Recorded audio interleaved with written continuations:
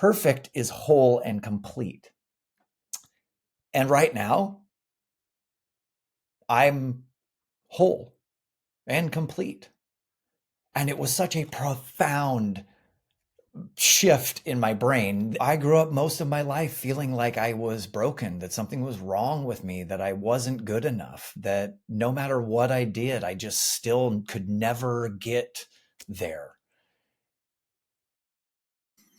Welcome to the Work in Progress podcast. I am your host, Peter Wong. Today, we have a deeply personal episode with my friend, Josh Brewer.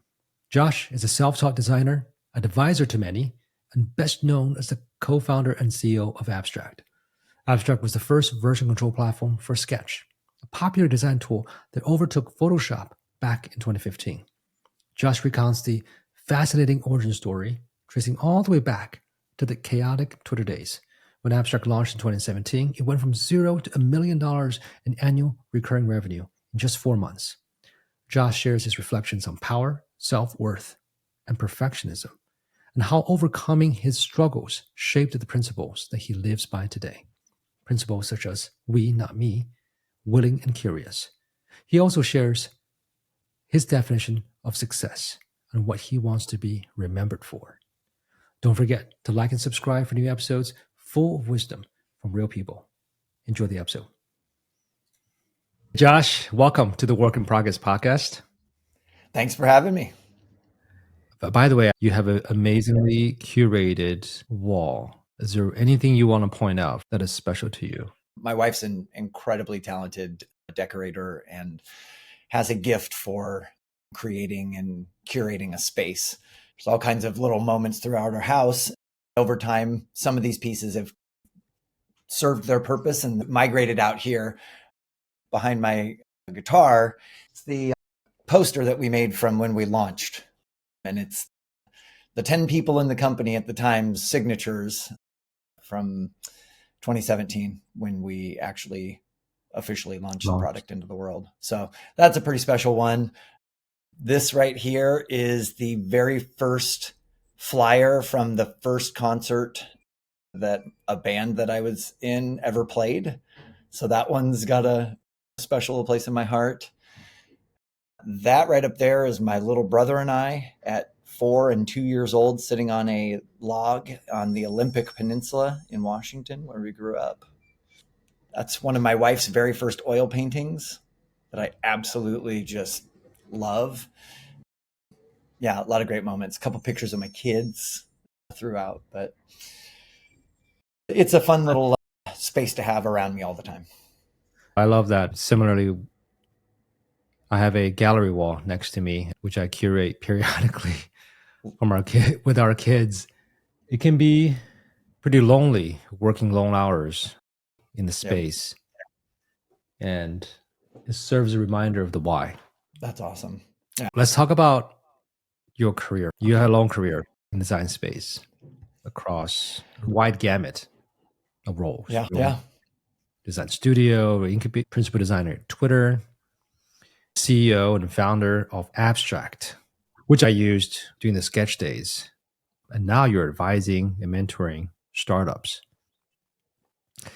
People know you in the space. Maybe not know that you didn't come from design originally. Yeah, it's funny. I studied art in college.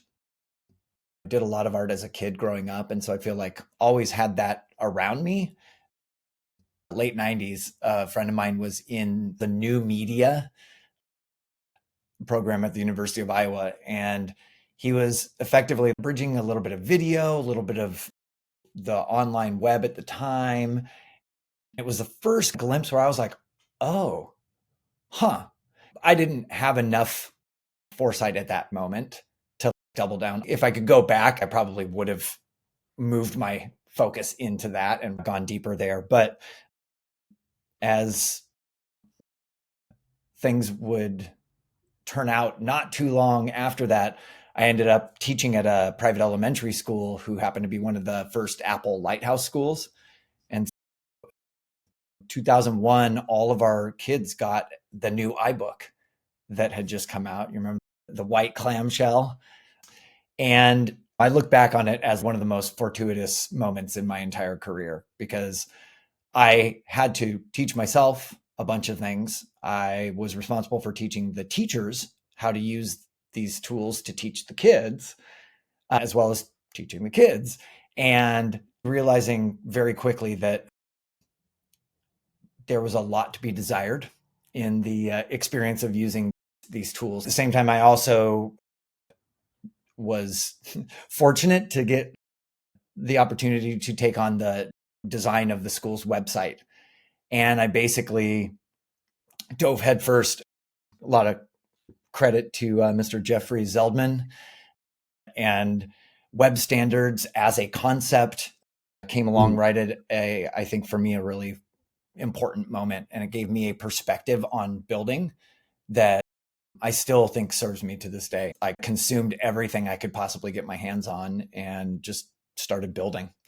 I was really fortunate. It paired the designing with the building of the front end. That ended up being one really critical piece to the success in my career, is that while I wasn't a programmer or traditional back-end engineer, I was technical enough to be able to hold my own in conversations. And I think then work, as my career moved on, really be a great partner to the engineers and the ability to sit at that intersection where we were all trying to come together to create a great experience, bringing the diverse pieces that ultimately have to come together for that to happen.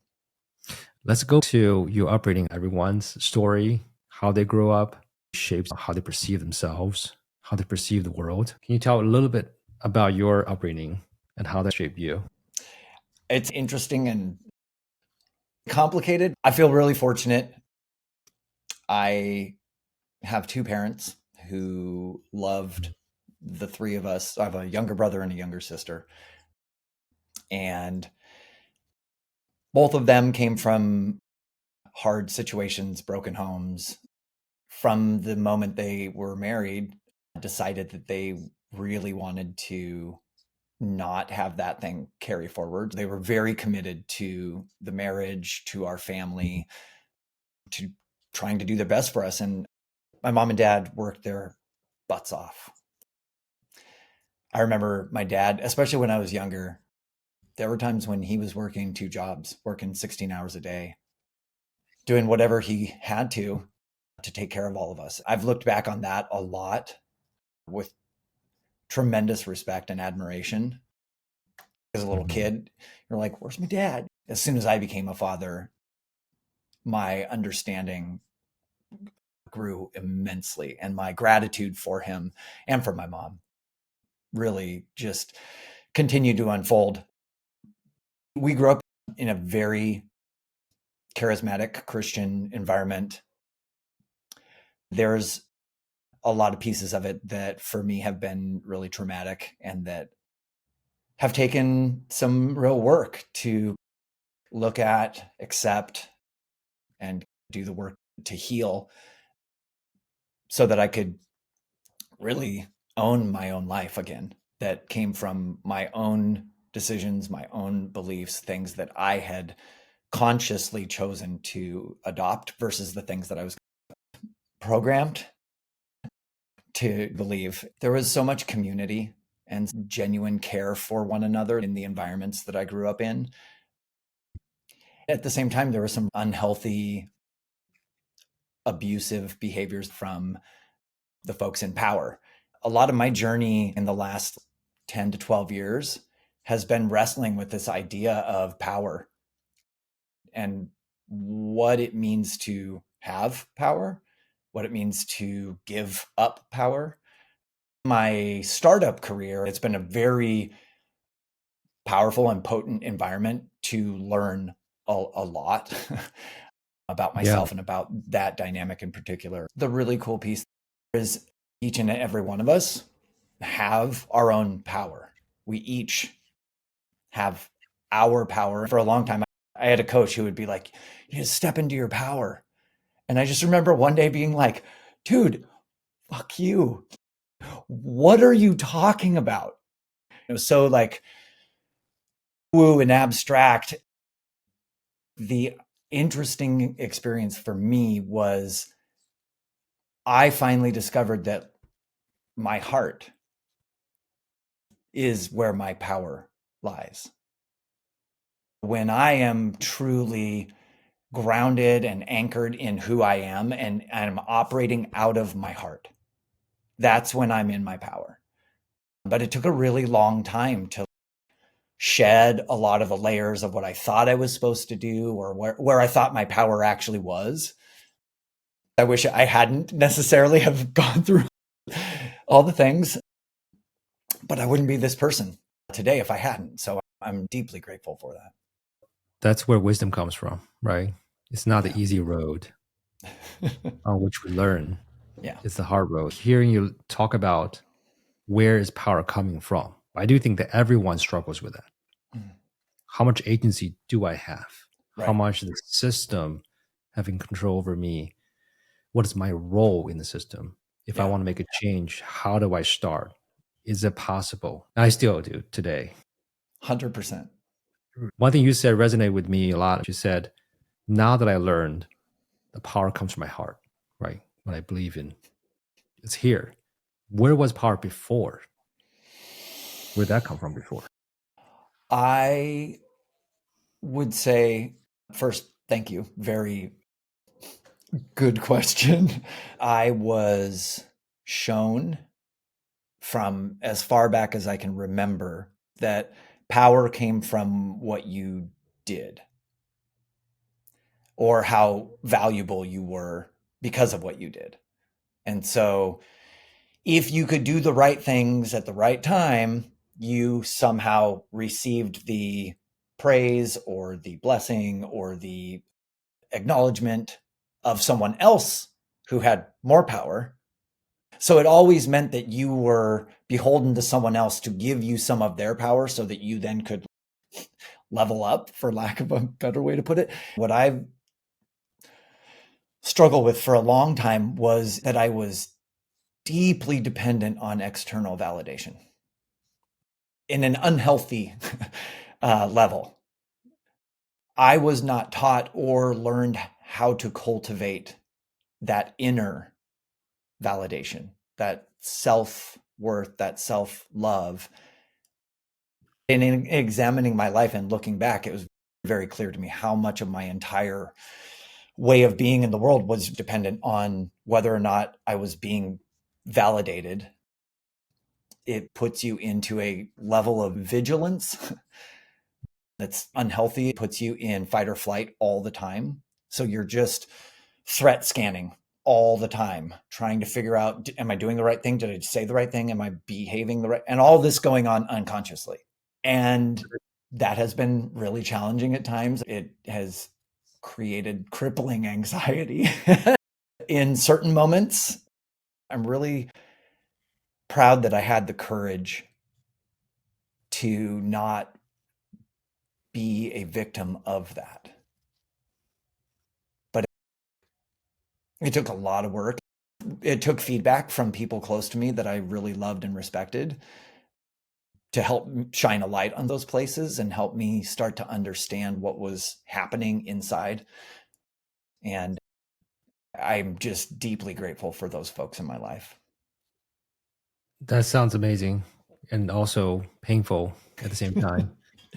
You were going through this unconsciously. Right? I think about kids today and social media and the like button, the view counts, and so on. The world is full of externality measurements. Yeah. Right. What measurements do you actually care for? What reflects your value? It's a challenging thing ever since social media started. And that compounds to even how people look at you, what they say to you. How long did it take to respond to you? Exactly. Yeah. So much can be read into it. It's very hard to be at peace. Actually, this past weekend, Father's Day, I was letting what was happening really affect how I feel, even though nothing is really happening. Right. I got to a better place yesterday. I was like, okay, I'm in a better place now. It took me a day to get over, right? Congratulations. Thank you. Sometimes it takes a lot longer. Yeah. And I had to apologize. I was crabby. I want to talk about your career alongside this because you went on to build a successful career, even though you're struggling with these things. How did you become aware of it? Like, how does it affect you at work? Yeah, that's a big one. I really appreciate this question. The thought that came up as soon as you said it is something I've been really thinking about lately. In a strange way, a lot of the things that I grew up in and the way that I learned how to be in the world and the power structure type of stuff weirdly served me better than I would have imagined in tech. There's this strange parallel between the world I was in before and then the world in tech. Part of it was I understood how to navigate some of these things, even subconsciously. One thing I learned very early on is being that person who helps the person who's in charge is a both rewarding and valuable thing, but it also weirdly has this side effect of you now being in closer proximity to that power, that authority. And in some cases, it then extends to you. If you think about startups and you think about that world, if you want to be successful, one of the fastest ways you can be successful is find the person in charge and go figure out how to help them. If it's the CEO or it's your boss, if you can find a way to partner with them, to support them, to understand what they're trying to do and help make that happen, that opens doors. You could do that in a really gross, unhealthy way. Most people can sniff that out. Then there's another way, which is that genuine desire to help. I use this word very carefully, but servant leadership is definitely an incredible philosophy. I also want to be super careful with the word serving because both for me and for everyone out there, there's potentially unhealthy connotations to that. How do you define it for you? If you care about the other person as much or more than you care about yourself, then you will naturally be inclined to want to help. You think of it more in a partnership than, oh, I'm trying to get this person's approval. Some of my favorite people that I have worked for, I have a hard time saying I worked for them. I worked with them. We happen to have different levels of responsibility or ownership or power or whatever you want to call it, but we were doing it together. And that togetherness, that partnership, that's the stuff that I love and I care about and is, I think, core to who I am as a person and how I try to operate in the world. Right. Because what you're doing as much as for them as for yourself. Yes. There was a phrase that we had at Habitat, the incubator that I started, and it was we, not me. We, not me. And it was just this really simple phrase, but I would repeat it pretty regularly because it was just a simple way to remember that it's we, not me. If we are successful, I am successful, right? But so are you. We succeed, we fail together, we learn together. And it really is that partnership mentality that I don't think I understood at the time how much it was my own reaction to a dominator power structure type of approach to things. But as time went on and as I understood more about my own journey, it became very clear. It was like, oh, no, this is about us. This is about we. Now, you can't do the we if you aren't showing up for yourself. There is this important interplay between doing the work, taking care of yourself, learning how to be you that is necessary in the we. The best working relationships I've had are like you're just shoulder to shoulder. You're in it together, and that's what makes it worth doing. In it together is a phrase of being in the trenches together. Mm-hmm. It's the feeling. Is your boss in the trench with you, or is your boss above the trench in today's age? June 2023, when we talk about system, power structure, those are loaded words. I think we should examine, define carefully and accurately for people. For example, the boss does have power over you in a couple different ways. Your boss does determine your compensation, whether or not you have employment or not, what opportunities you can have. And oftentimes your boss is the person who would or would not give you a recommendation for the next role outside of the company. So that person holds a lot of power. And that's the same when you're the boss, right? So it's awareness of that you hold that power as well as someone else holds that power over you. The best boss don't hold that power over you. Like you were a teacher, similarly in a way, the teacher sees student success as their success. Yeah. And students' failure as their failure. Because you were so vigilant about the feedback you receive, the signals you receive, you're aware of this relationship very quickly. You know who to go to, you know whom you should help with. And that's a positive thing that helped you along the way. But along the way, you also recognized that started becoming a dominating thing for you. And you're losing yourself. Yeah. Did you know that when you started abstract? I think I had pieces of it. Ironically, in some ways, I started therapy right about the time that we started abstract. Some of these things I understood intuitively. Some of them I was starting to have a much more conscious understanding. And the God's honest truth is abstract was like the single greatest, fastest, hardest way to really bring that into focus and really make it front and center and present in my life. To this day, the abstract journey is probably one of the most profound things I've ever done. I'm deeply grateful for all of the folks who came along on that journey. And it was genuinely a privilege to lead that company and do what we did. And it was not easy. No company is easy. Maybe you can paint a picture about that phase in the design arcs. Yeah, it was really interesting. Abstract, the roots of it go back to my time at Twitter. We were growing incredibly quickly. I think we went from 5 to 50 designers in 3 years. Mm-hmm. We had 2 CEOs, VP of engineering, and 4 VPs of product in the 3 years that I was there. Wow. Which is a lot of change. Company was scaling at an epic rate. But the reality of it was we were trying to figure out how in the world can we as the design team both demonstrate the value we bring to the company, but also make everybody's lives easier by figuring out better ways to collaborate, right? Like our partners in product and engineering. We at one point hacked together, again, back to the we, not me.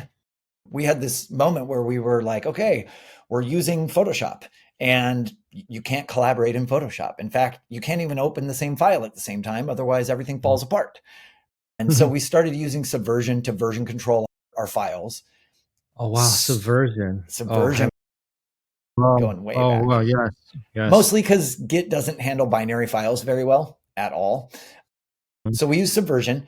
And that meant that any team member could check out a file and open it at any given time, but only they could do it. This was the beginning of a shift of these aren't my files, these are our files. Right? Again, we, not me, right? This is the roots of that. And it was a shift in consciousness, how we thought about working together. We connected Subversion to this internal WordPress install that I had hacked together so that we could start basically having the closest approximation of a commit log. The designers started creating these posts of what they were working on, and everyone inside of the company could see it because it was on our intranet. And all of a sudden, PMs were like, oh my God, yes. Engineers were like, wait, this is what you're working on? Okay, hold on, time out. We don't have 8 of these APIs that are going to be necessary for this screen that you just designed.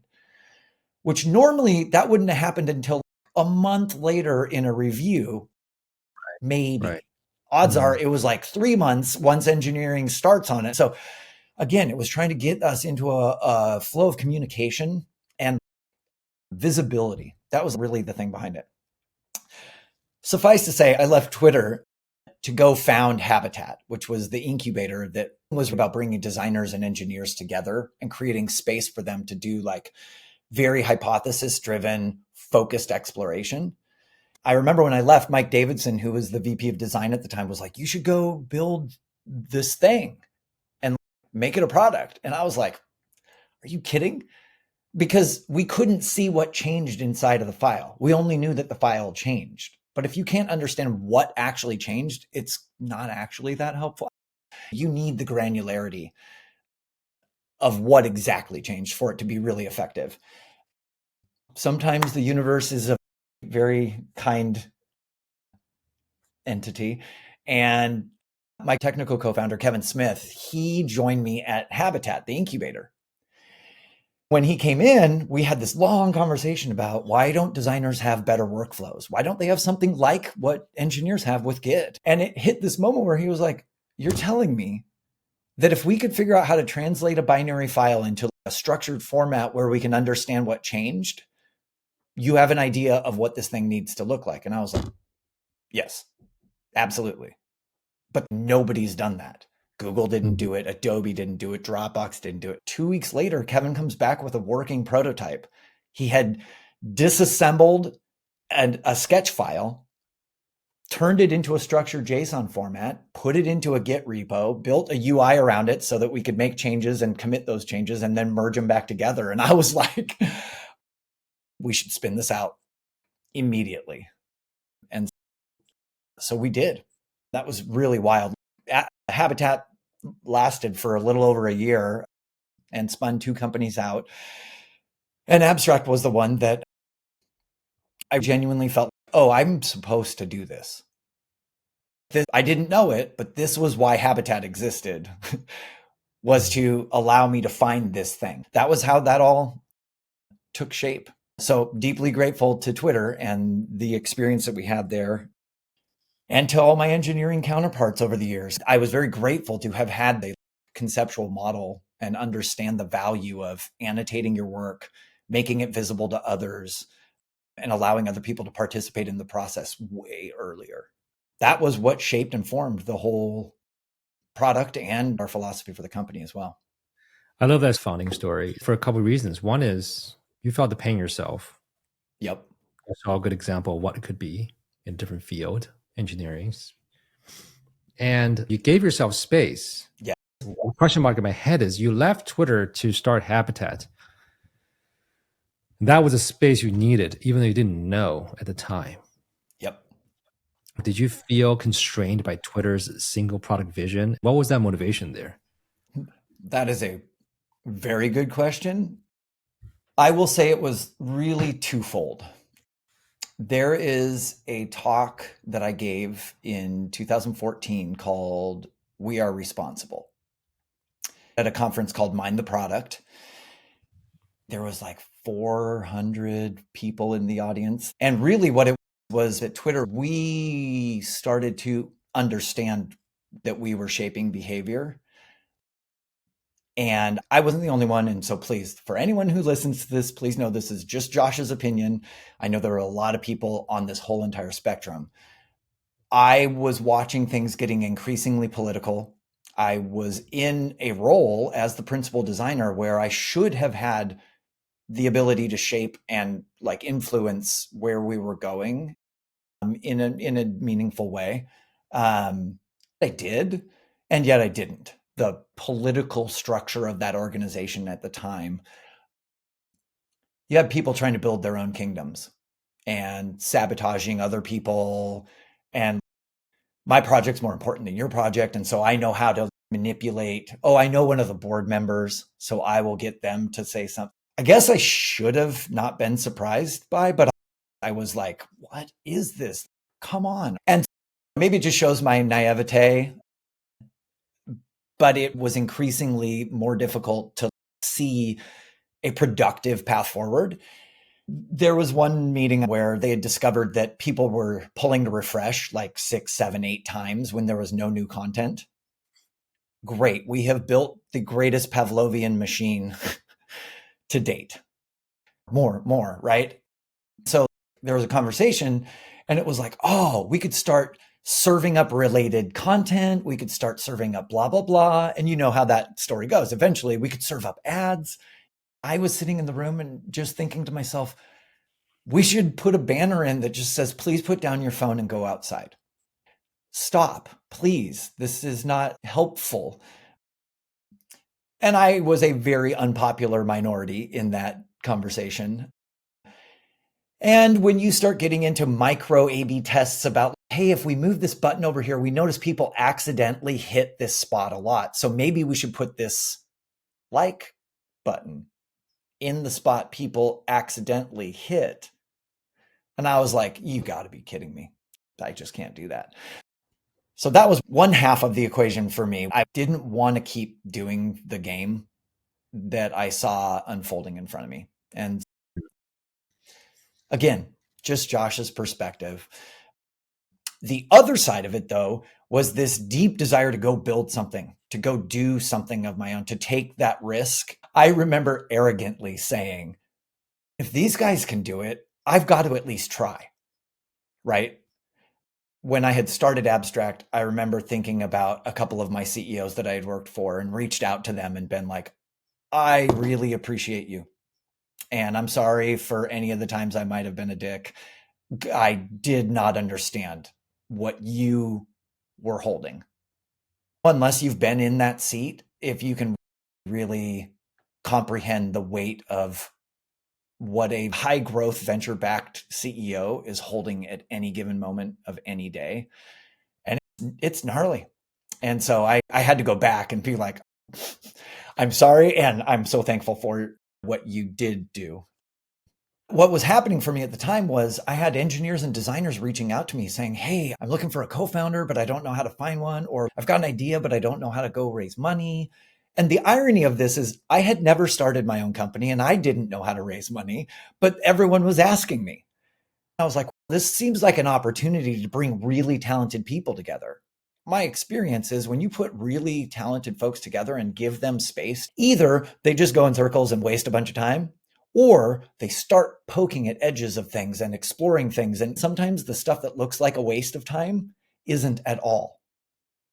But in startup land, you're moving 900 miles an hour. We got it, the clock's ticking and the runway is disappearing. That's right. If you flip that over and you're like, hold on, time out. I have seen this consistently in my personal life, in my career, in multiple companies that I've been a part of at this point.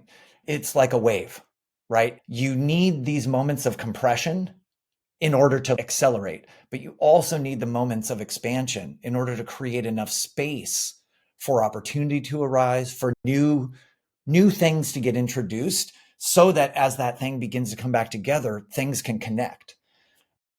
And I am deeply grateful. The first person who ever invested is a dear friend of mine. His name is Michael Polanski.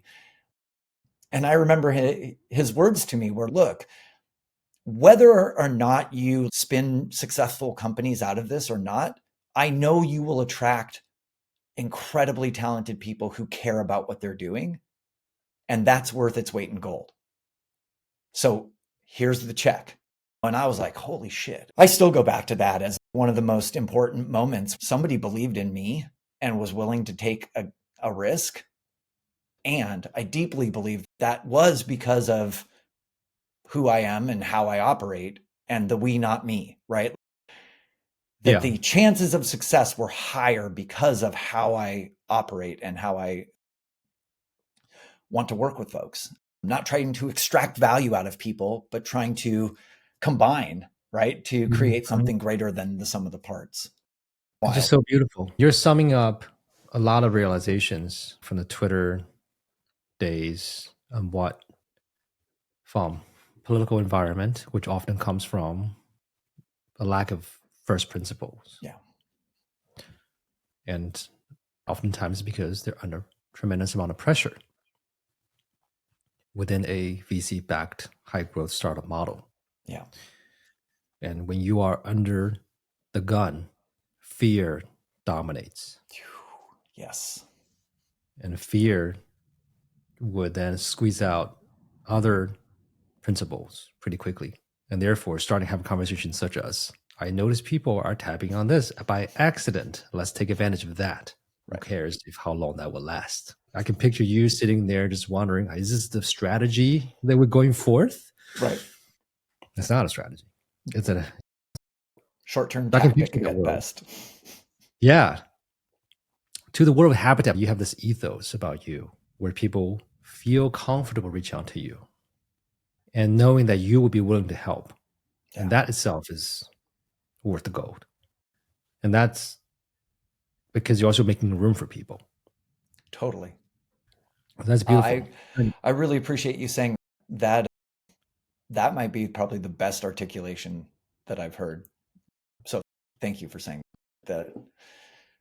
I do deeply want to make room for people. So I appreciate that observation. That's an amazing gift that these days people are ghosting one another more than making time for one another. We need more people like you out there to say, I'm willing to help, even though I don't know how, but I'm willing to invest. So it's interesting you just used that word willing, because that willing and curious became core values at Abstract. And I remember talking to Kevin when we were trying to articulate this set of shared values. Frank, our third co-founder, as well, the early team, I think everyone operated out of this unspoken way of being. And it took us a while to step back and try to articulate what that was. And it was willing and curious.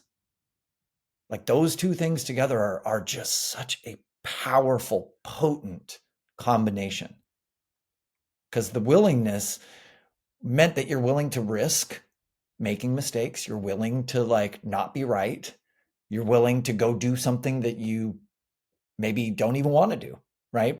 But you're willing in order to see what's going to be there. And the curiosity is that thing that holds you in an open enough space, right? You don't get so constricted by that fear that you were describing, that you're making fear-based decisions, but instead the curiosity, I think, is like the antidote. That's, okay, if I am fearful right now, why am I fearful? What's going on behind that? Or, hey, we should do this thing. Why should we do this thing? Not in a, you're wrong, but a, tell me more, right? That kind of curiosity and willingness ended up shaping the culture, the values, and the way that we operated both internally as a team, but externally as a company. I love that, willing and curious. You just gave me this idea where this episode alone, you've said a lot of great, a couple, we, not me, willing, curious. We should make art out of them. Oh, hell yeah. We should have printable art from these, because they are becoming a collection of cornerstones that anchor you. That's an artifact to have, good reminders for all of us. Now, talk about Abstract a little bit more, because it's sparked from such a great, genuine place of see a problem, I can see the vision, I have this culture. Now, of course, all startups go through painful aspects of it. Do you want to talk a little bit about that? I will start by saying that for all of the hard things and the painful pieces and the moments, in some ways, I wish I could go back and get a do-over. I am so proud of what we built, how we built it, the people who joined us on that adventure, whether it was for a short period of time or for the duration of it. The irony of the whole thing is we raised our seed round on Kevin's tech demo. And that means that January 2nd, 2016, we had money in the bank and there were 4 or 5 of us.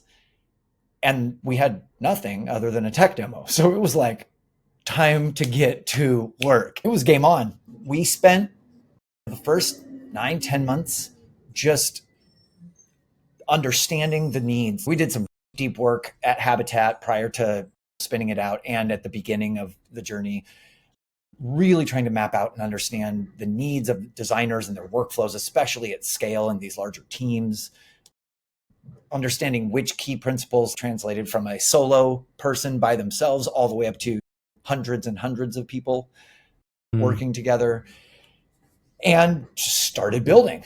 As soon as we had something that we ourselves were using, picked up the phone and called a few friends and said, hey, can I show you something and get some feedback? And we showed a few people, and they had some really great questions that sent us back to the drawing board in a couple places and iterate. And I'm deeply grateful because that core team, we believed in shipping.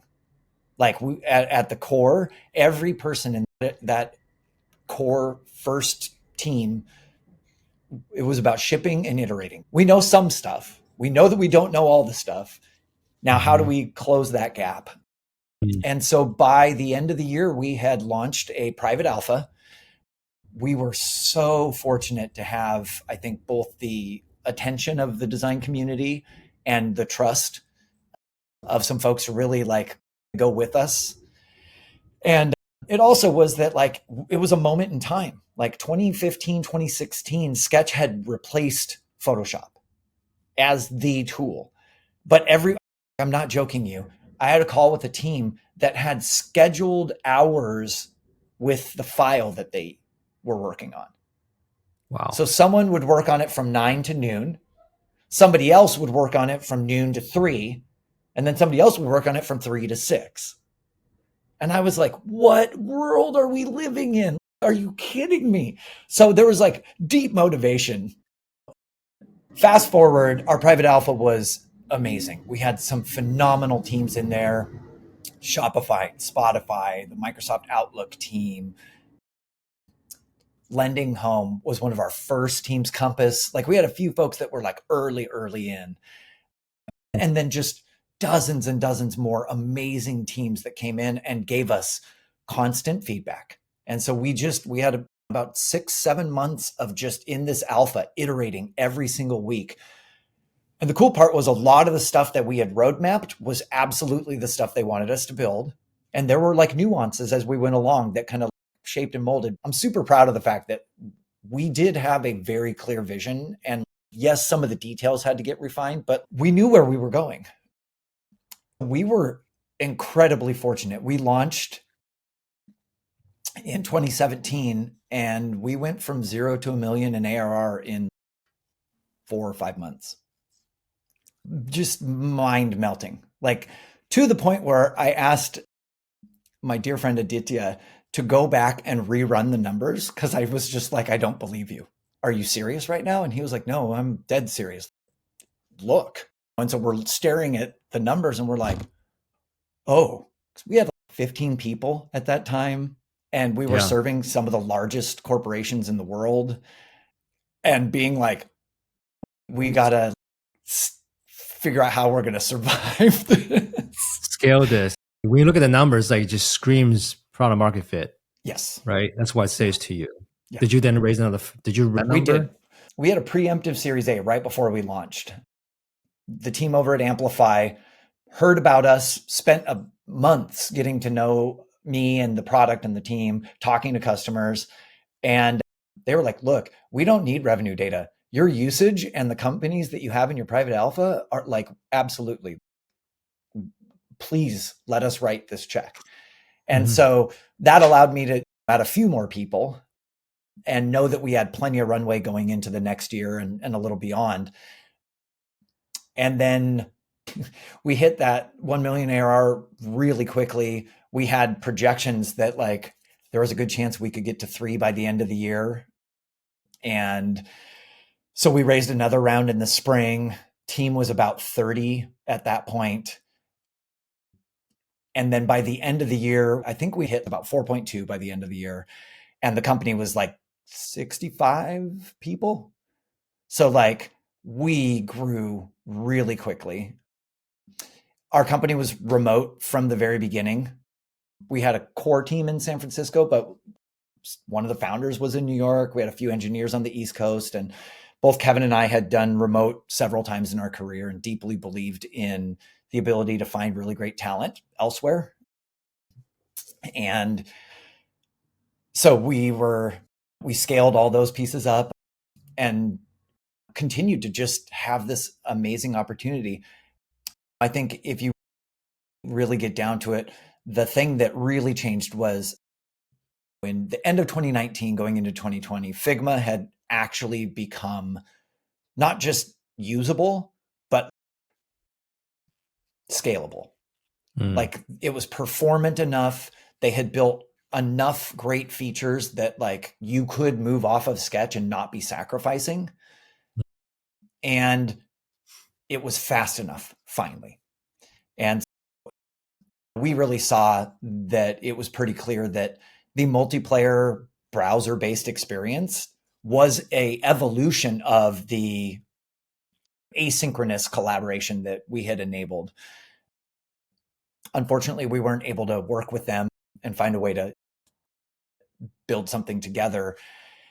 And so we ended up building a second product that deeply integrated with Figma. And behind all of it, though, was still the same mission, because even in Figma to this day, you don't know what's going on in there. You don't know what changed. You don't know who did what, when. You can figure it out, but honestly, most of the people I talk to are like, they create other artifacts as a way to do that. And I'm like, so in some ways we went back, but in other ways we had a huge leap forward. And those core problems of collaboration, of accountability, of one of the things I really wanted for designers was like, hey, for you to be able to look at all the work you've done and actually show people what you did. Like that, I feel like that's important. I've also since then come to grips with the fact that digital design is very ephemeral. Products are ephemeral.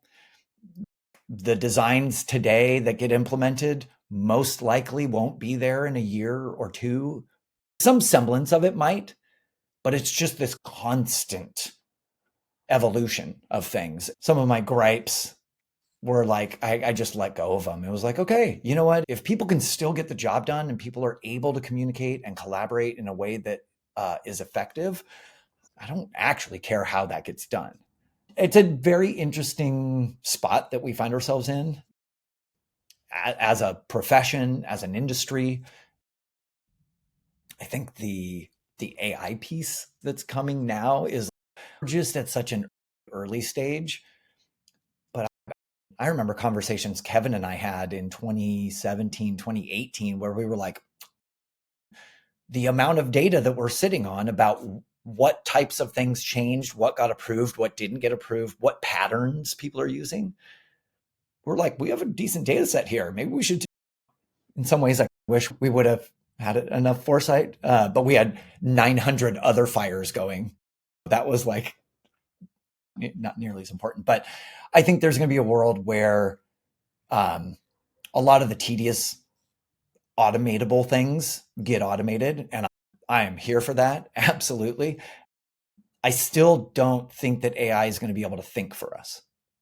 And design at the end of the day is critically analyzing the information in front of you, understanding the connections between things, understanding intent, understanding how one action impacts an entire system, right? And who knows, maybe I'll be wrong and it can totally do all of it for us and we get to go take naps in the field. But I still think we got a long way to go. And it means hopefully more designers cultivating more empathy, more understanding, more, I think, system thinking in order for us to continue to build products that actually help and serve the people using them. So that's a very good segue, because my mind was zooming out the world of design as you were talking about the journey of abstract. That was a very pivotal moment, Sketch to Figma. And there's a few other tools in between, right? That I can't even think of the name now. One start with a Z.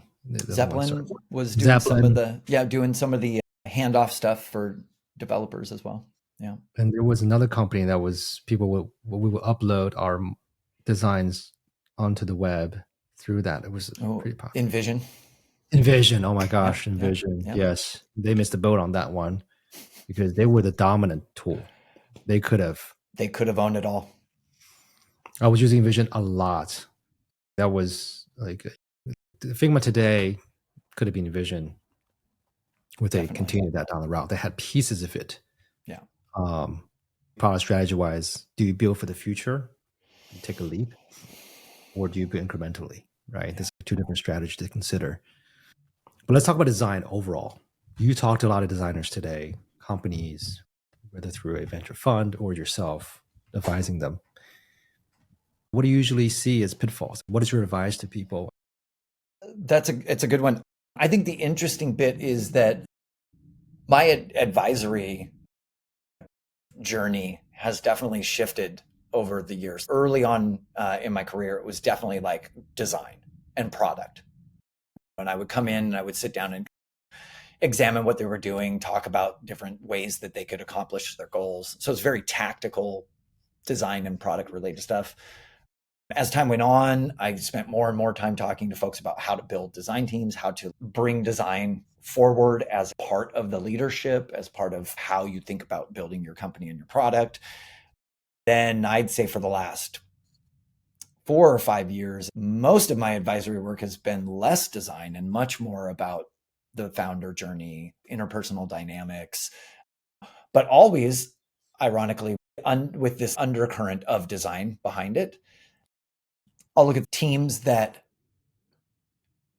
have the inklings of product market fit, but really need to take that next leap in the user experience, the user journey, the overall brand as well, right? How does design express itself in service of the business and its goals? Sometimes that's supporting the design leadership. Sometimes if they're early enough, like the one designer that's there, sitting down and being a sounding board for them and offering feedback or advice, connecting them to other talent that's out there, that type of stuff. I will say that from where I'm sitting, and again, I would be very open to somebody sharing other information to counter this. There's a little part of me that feels like I'm a little bummed because it feels like design, like part of what I was doing with Abstract was trying to allow the rest of the organization to observe what we were doing, to see firsthand the value of design, how design works, the way that we iterate, the way that we consider multiple perspectives, how we finally arrive at a decision and then go build that thing, all as a way of saying that design should be part of the decision-making process. It should have a seat at the table, which is funny because I remember saying at one point, even my kid in a high chair has a seat at the table, so let's not get too excited about this. You can still be a baby throwing food around and have a seat at the table. High chair, okay? There's a different kind of chair. Okay, fair play. But you could even be in a chair and still making a mess. There are some amazing companies out there where design has become a central part of their success, and I am deeply grateful for that. I still see and hear so much of the same energy that I saw 10, 12, 15 years ago, where design is a service. Get out of the way. I'll call you when I need you. Come fix this thing. Make this look prettier. Just a very like transactional experience. And it's a long tail, right? Just as there are companies that are like design is core to how the entire thing operates, there's the other end of that as well. I just have to be mindful that it's not evenly distributed.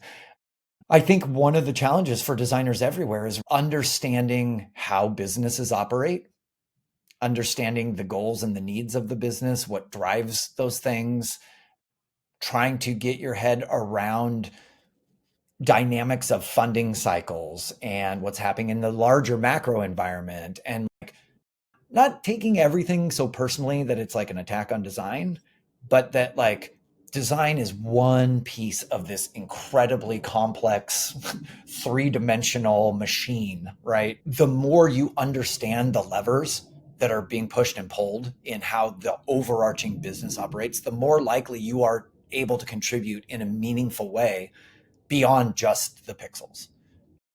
The pixels are important because they help everyone else visualize a future that isn't here yet, right? It's a way of seeing a shared future and aligning on how we might go about getting there, I think is an incredibly important job, but it's also not the only thing.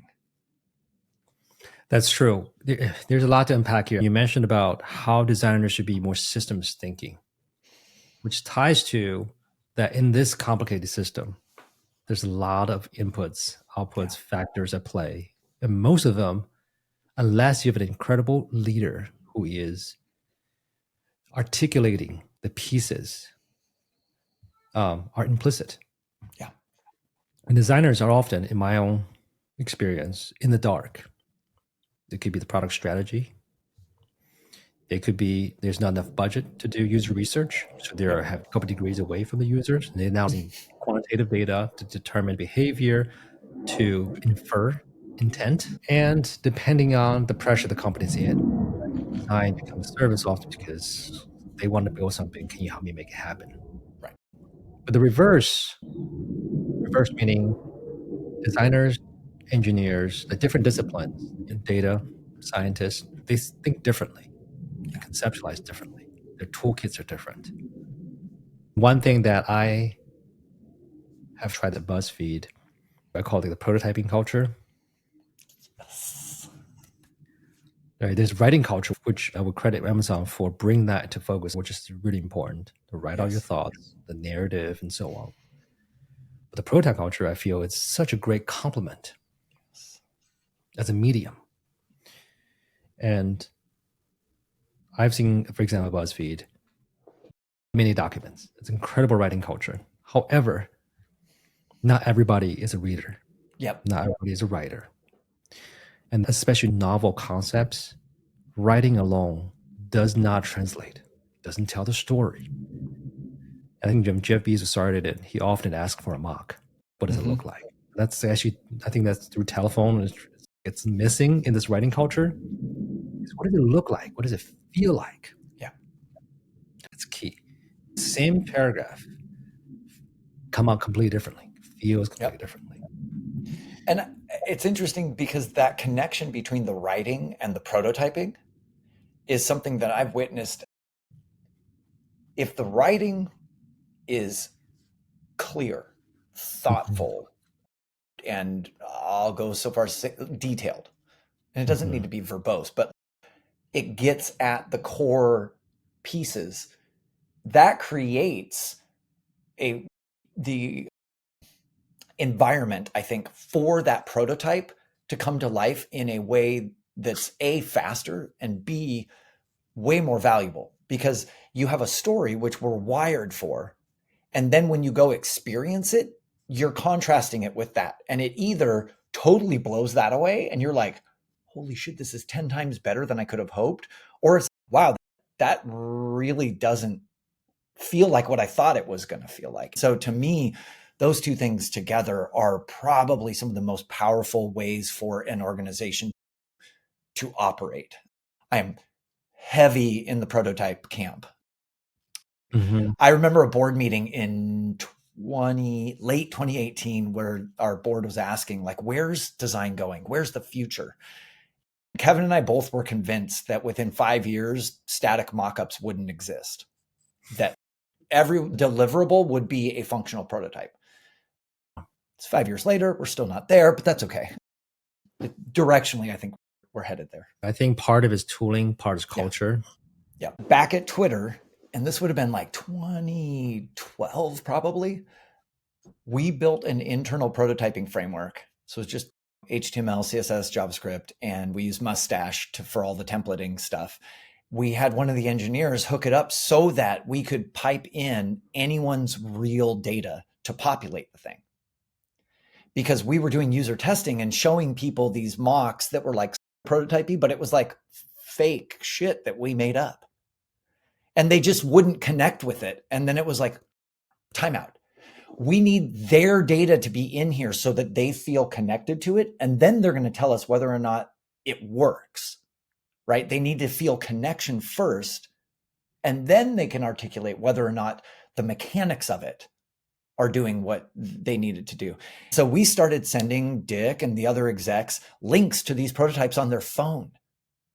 They would sit on their phone and play with the prototype before they ever got to the meeting. And when we got to meetings, it was like, this is awesome. This is awesome. What the hell was this? Like, it was like the level of clarity in those was wild. Prototyping cuts away a lot of the time, the churn that we see in meeting and discussing. If you want to do it, show us. Yep. Prototyping culture can shorten not only decision time, but the quality decisions. Agreed. Something worth pushing for. We start out talking about your journey, starting teacher to getting into design.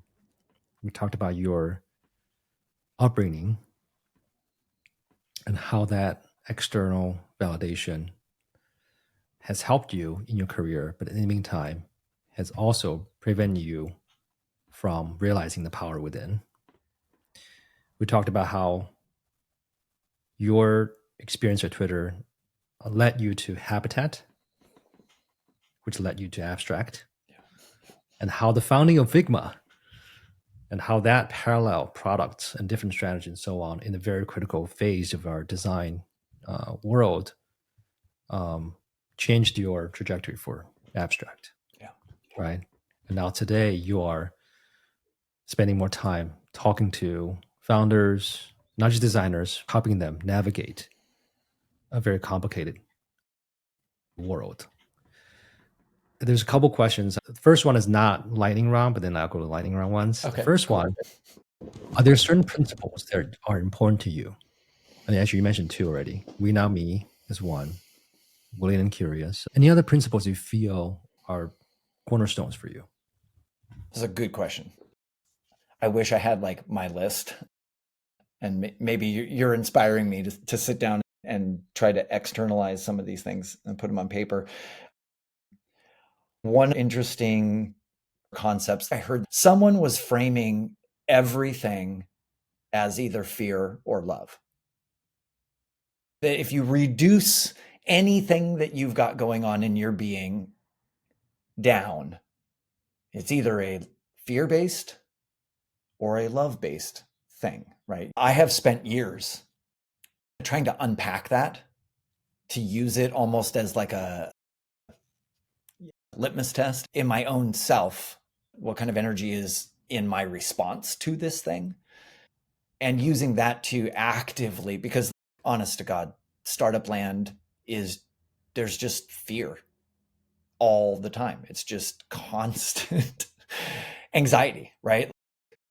Is this going to live or die? So it's basically survival mode all the time at a like exponential level, it feels. And so being able to discern, oh, in this moment, I'm operating out of fear, or this person who's sharing this thing with me right now, where are they coming from? What's the like texture of the energy that's coming? Oh, okay. We are both sitting in fear. How can we dissolve that? Or maybe we can't dissolve it. Maybe the best we can do is really acknowledge and accept it and create space for that to be there, and not to push it away, not bury it, not ignore it or pretend like it's not there, but instead to make space for it and then have a healthier relationship to it. And maybe that goes to the other side. How can I bring love? I don't mean, oh, lovey-dovey, like hearts and shit. Like love, care, compassion. How can I bring that into whatever I'm doing, into whatever conversation I'm having? That's been a journey. That's not a, oh, I'm there and I'm done. But it's a strong principle for navigating life. What you reminded me is, and maybe it goes back to the external validation piece. When you're so vigilant about external validation, your fear is not getting that. Yeah. Because you're expecting it, you want it, you need it, like you crave it. So there's a lot of fear in there. Yeah. Two is every fear has probably, it's like a two sides of a coin. You're running away from something, but you're running towards something. Discover what are you running towards. I remember on our earlier conversation we had, you've said something along the lines of what do you care enough or what do you love enough to do something about? So that's pulling you, right? It's a push and pull relationship. And that's powerful. There was an experiment, a mouse, where they put a cheese in front, which is like a pulling them forward. There's something behind them, something they're afraid of. And they were measuring how much force is the mouse pulling forward to get away from the fear and toward the cheese. Yep. With or without the fear, right? The mouse was pulling hardest when there's both fear and cheese at the same time, like something to run towards and something to run away from. Yeah. Which resonated a lot with me, thinking actually, in the absence of fear is not good. We get too comfortable. Yeah. And if I look back on all of this, fear can be an incredible teacher, but it requires creating space. It requires intentionality to like actually look at it objectively. And so creating practices in your life where you can create enough space where like you're not directly attached to that fear, or you haven't absorbed and become that fear, creating that space to be able to say, okay, what sometimes fear is really fucking good. It keeps you alive. And other times it's a giant warning sign. If you stop and pay attention, you can learn. And it may allow you to take a different course where you avoid something really painful. Or it may reflect something to you that you are maybe unwilling to look at. So taking that moment to really make space for it, I think is huge. I think I used to operate more out of the get it out. And now I'm really in a place of like, nah, it's just part of the experience. It's okay to be afraid, but it's not okay to let fear control you. It's about making enough space and accepting the things that are happening without becoming fully identified with them. Right. Not becoming you. You actually remind me of a technique. Label your thoughts. Yep. Don't judge it. It's okay. Here's a fear, recognizing and label it. That was a fear. Totally. Such a powerful practice. One other thing you said before was about the concept of perfection. Ooh, yes. I feel like that might be worthwhile digging into. So this is we were talking about principles. This is my evolving experience. I definitely grew up with a perfectionist tendency. I was exceedingly hard on myself when I wasn't able to achieve or attain a level of, I won't even call it perfection, but just like a level that you thought you should have been able to. I remember the very first therapist I ever worked with, he was like, I'm not going to label you a perfectionist. First of all, that's a terrible label to put on anyone. Second of all, you have perfectionist tendencies. So do a lot of people. It was just this grounding, normalizing moment. And I was really fortunate. I read a book called Present Perfect. And there was this one moment in it where it talks about the word perfection. The root, I think it's probably the Latin or whatever, actually means whole or complete, which is like when I say it out loud, it's like, yeah, I guess perfect things are whole and complete, but somehow perfection's even past that.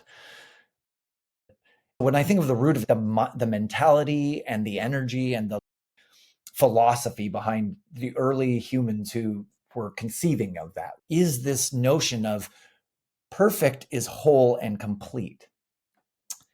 And right now, I'm whole and complete.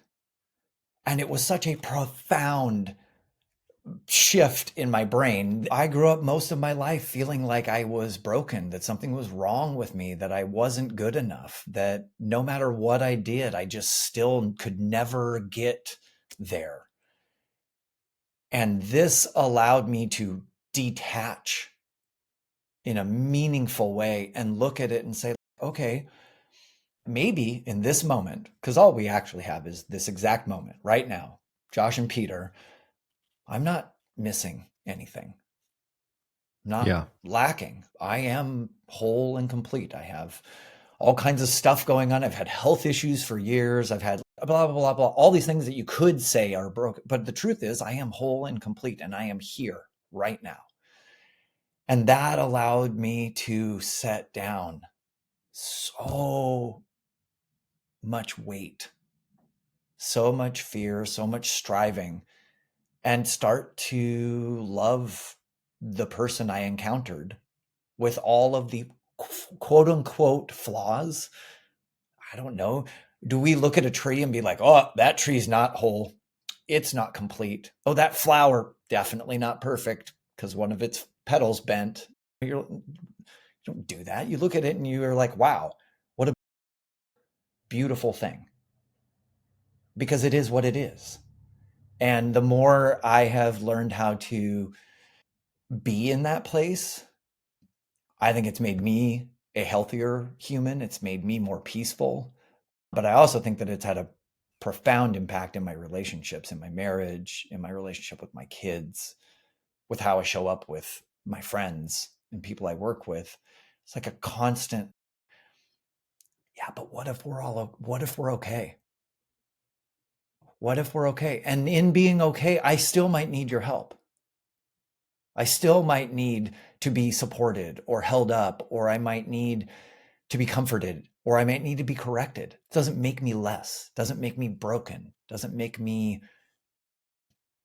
unlovable. It actually just makes me human. Yeah, the word human sums it a lot because there's no such thing as perfect in a sense, like a whole life is perfect or you are the perfect human being, right? The Bible talks about God as the only thing that's perfect ever, right? Being broken means you're a human because we are flawed. But flawed doesn't mean you're not presently perfect. I love that because present means in this moment, not the totality of everything in this moment. And actually, if you look at moment by moment, that's how you exactly make a difference. That's it. Right. And just listen to you, I feel a lot lighter. That's awesome. In this moment, we're like, this is what we're meant to be doing, and we're doing the right thing right now. Yeah. And people should remind themselves that. Stress and anxiety comes from when I think of the future and say, oh, how do I get there? The problems, the impending, the possible, real or not real, rational, irrational. Yeah. And that's what builds up in our minds and forgetting the moment, right? Yes, totally. It's presently perfect. It's not something we're trying to perfect as a concept, but it's something that we should be reminded of. So a few quick lightning round questions. How do you define success? How do I define success? There's the external measures of success that we have culturally and societally. But when I really bring it down to, okay, for me, what is success? It's setting a goal or having a vision for something or even an intention for something and then actually doing something about it. That's success. Now, I may totally accomplish what I set out to do and I crush it and it's awesome. Or it might go sideways. But the fact that I did something, I took the energy and initiative and I went and tried. I put my will behind this thing. I think I've learned that's more of the true success. Maybe the other way to do it is like the inverse of this. Anyone who worked with me at Abstract would probably say one of my mantras was the only failure is a failure to learn. So we're going to make mistakes all day, every day. Especially you're building products, you're working with humans, you're going to make mistakes. That doesn't mean that you are a failure. And it doesn't mean that you didn't succeed. But if I don't learn from those things, then that's the inverse of success. It's like I both didn't do the thing I wanted to do, and then I didn't learn anything from it. That's definitely the inverse of success for me. I see. So I'm hearing success has a much closer relationship to learning than purely outcome. Yeah. Maybe the best case would be combination of learning and outcome. Definitely. Okay. Next question. In 3 words, how do you describe yourself? It's funny because I think I mentioned to you the first time we talked, my bio on socials for a long time was husband, father, friend, which I think is very true. And I think was me trying to say to the world, I'm not just the CEO of Abstract or the principal designer or what, blah, blah, blah. These things are actually, if you want to know me, these are way more the root. I think even then, those are still labels. And I think I would describe myself as loving, creative, and growing. Loving, creative, and growing. Loving, creative, and growing. It's almost like starting from the root. They're verbs. Yeah. And shows progression too. That's cool. Yeah. Okay. Last question. How would you like to be remembered? Oh, It's a big one. yeah. But my great hope would be that if people remembered me at all, they would remember that I tried my best to show up, to be present with them and for them.